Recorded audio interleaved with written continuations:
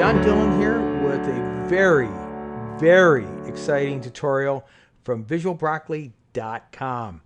What makes this tutorial kind of exciting, it really does lay the foundation for many tutorials to come and how you can learn to prepare your files from Photoshop or Photoshop elements to be used in other types of presentation mediums like PowerPoint, Keynote, but also used in Word and Publisher or just about any type of program. So without further ado, let's get started. So here is an example of what we're going to do in this lesson. My topic here, let's say hypothetically, and of course it could be anything, but this is, let's say I'm going to do a talk on biohazards in the workplace. And this is pretty typical where people have a slide with some text and a bullet point and they have an image. Now, this doesn't look too bad. In fact, this is fairly clean, cleaner than most presentations. And as you're going to find in my tutorials, I have a tendency to keep slides very simple and very clean. And we'll talk more about that later on. But what we want to do here is we're going to really kind of have this biohazard image jump out. And what we're going to do is remove the white. We're going to make it transparent. We're going to add a drop shadow to kind of give our image a little bit of pop, if you will, or kind of a three-dimension look. And then we're going to change it from black to red. And of course, I could change it to white or other colors, but for this tutorial, we're going to change it to red. And the end result, we're going to have something like this. So let's jump into Photoshop Elements or Photoshop, depending which route you're going, and let's get started. Let's jump into Photoshop and get started. I have my image biohazard symbol, which by the way, you can download from our website so you can follow along with this tutorial. And we're going to go ahead and edit it and get rid of that white background as indicated. Now, if you have an older version of Elements, don't worry about it. You should be able to still be able to accomplish the same objectives. What I'm going to do first of all, and this is a very important step. In fact, it's a crucial step. We need to unlock this background layer. So over here in the Layers palette, and by the way, if something is not visible that I'm referencing, just go up to Window and click on it. So in this case, Layer, it has a check mark in front of it, which tells me it is open already. So I'm going to go ahead and do that. In fact, what I'm going to do just to clean this up a little bit, I'm going to go to Window and turn off the project bin. We don't really need it. Okay, gives us a little more room and cleans it up. Also in the layer, you have a thumbnail of the image. If it's not visible, just click on this arrow here, go to Panel Options, and make sure you select an image. Really, for all practical purposes, I've never chose none. All right, we're all set. First thing, we need to unlock this layer because we need to be able to get rid of the white and reveal transparency or nothingness. I'm not sure if nothingness is a word, but it seems to work here. Right now, I can't get rid of the white area and I can't make it transparent.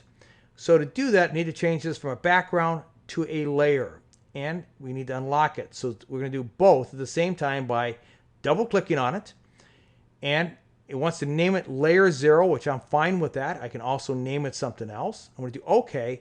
And now it has changed it from a background layer to a layer. It's also unlocked it. It also means I can reveal transparency, which is underneath it. So if I use the opacity tool, and think of it this way, an opacity tool is the same as transparency. 100% means it's 100% solid. 90% means it's 90% solid or 10% transparent, depending on how you want to look at it. And it starts to reveal what's underneath it. So I can go all the way down to 0 here and make it 100% transparent. And transparency is be represented by this checkered box in the background. That's what we're looking for. Right now, let's go back up to 100 and let's get rid of the white so we can reveal the transparent background. The first thing we're going to do is we're going to grab a tool called the Magic Wand tool. And it's going to look like a magic wand. And if you actually hover over here in the tools, you can actually see the names. So right here, I want the magic wand tool. I'm going to select it. And if I come over here, I want to select it. Oh, I see a little problem there. I need to select my layer over here. Now, let's go ahead and just select them black, for example. You notice I get all these marching ants selecting everything that is black. And since all the black areas touch each other, it selected all the black. If I come here, for example, and just select this circle in the center, you'll notice I only get marching ants around the circle. It doesn't select all the other white areas because these are non-contiguous. I could also come up here, since this is simply white and black, it just goes select and grab all similar, which means it'll grab all the white. I'm going to just click out here in the middle in the gray for a minute just to unselect everything. Or I can select the white, push down the shift key, and you see the plus. Now I can add multiple layers. There are reasons you may want to do all of this, but I'm just giving you a few options. So, deselect again. I'm going to this time go select, deselect. So the simplest way to do this is select with the magic wand tool, hit your shift key, and select multiple areas, and we are set to go. Let's go ahead and hit delete. And we have gotten rid of all the white, which now is represented by transparency. Let's deselect, and I'm just going to click over here for simplicity. And now what I want to do is change the black to red. We're going to use another tool called the paint bucket tool. So I'm going to select that, and the paint bucket tool is going to apply whatever color is set to the foreground. And right now, that happens to be black. I can switch it by hitting these double arrows and make it white. I don't want white and I don't want black. So what I want to do here is click on the swatch, and I can scroll up and down here and choose from a variety of colors, then come in here and even get really, fine-tune what I want. But I want a red, that works. Or I can go Window, Color Swatches, and bring up a whole slew of colors from a palette, and I'm going to choose red. That's a dark red, and you notice that my foreground color changes to dark red, but I want something actually a little brighter. Let's go with this one. I like that. And now the paint bucket tool is still selected. I'm just going to click on, kind of like I did with the magic wand tool, but this time I'm going to apply red to everything that this touches. And there we go. It's applied red to all of this, and I'm happy with that. We have one more thing to do, and that is we need to add a drop shadow. So I'm going to go to my effects, make sure I select my layer, which is selected here. And if my effects palette is not visible, go to Window and click on Effects.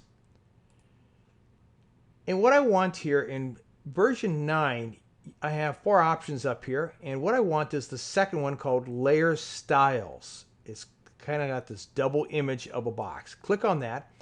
And I have a drop-down menu. Now, this is going alphabetical, and it's choosing bevels first. I'm going to go to the drop-down menu and select Drop Shadows. And what I want is, I want a nice, soft shadow, but you have different choices. So here's one called Noisy. And if I select it and apply, you'll see some noise applied to it. One thing to be careful of, and I'm going to pick one that's got a really kind of a high shadow. If you notice down here, and it's kind of hard to see in the transparent background, but you see down here the shadow is kind of being cut off. So what I may need to do is either resize my image or make the canvas size larger, which you can just go up to Image and look at your canvas size and resize it. So resize canvas size. Or I can just simply, I have plenty of room, just bring it up here. I just want to make sure the shadow doesn't get cut off on the bottom here and over to the left side. But this is not the shadow I want. I actually want a soft shadow, so I'm going to choose this bottom one. And if you actually hover over it, it'll say Soft Edge Shadow. Hit Apply. And I am happy with that. That's what I want. This looks great. And now I'm going to go File, Save As. And we're going to save the format as a PNG file, which is going to preserve the transparencies. So go down to the format and look for PNG file. And I'm going to choose Biohazard 2. I'm going to overwrite an existing file. And it's going to ask me PNG options. Just go OK. Don't choose anything. Say OK. And we're good. Let's go into PowerPoint and bring in this bad boy. We are in PowerPoint 2007. I'm going to go ahead and insert our image. And there it is. And it's a little larger than I need it, which is okay. And I'm going to bring that right here. And we're looking pretty good. Now, there are other things we can do with this image, which we'll cover in other tutorials. Lots of different options. As I said, this is just a basic foundation for things to come. The one thing with this is I'm pretty happy with this slide. It's looking pretty clean. I don't have a lot of text or bullet points on it. But what I might want to do is even go a step further. Let's go to full presentation mode here. And instead of having the bullet point, maybe I'll do something like this. Simply get rid of the bullet point and keep the text even cleaner. And again, I have a visual cue with the text for me as the presenter, and I have some eye candy for my audience. This is just one example of how we can make our presentations a little more editable for our classroom. Well, that's all the time we have today. I hope you enjoyed this tutorial, and if you have any questions or comments, please feel free to let us know. Until then, take care.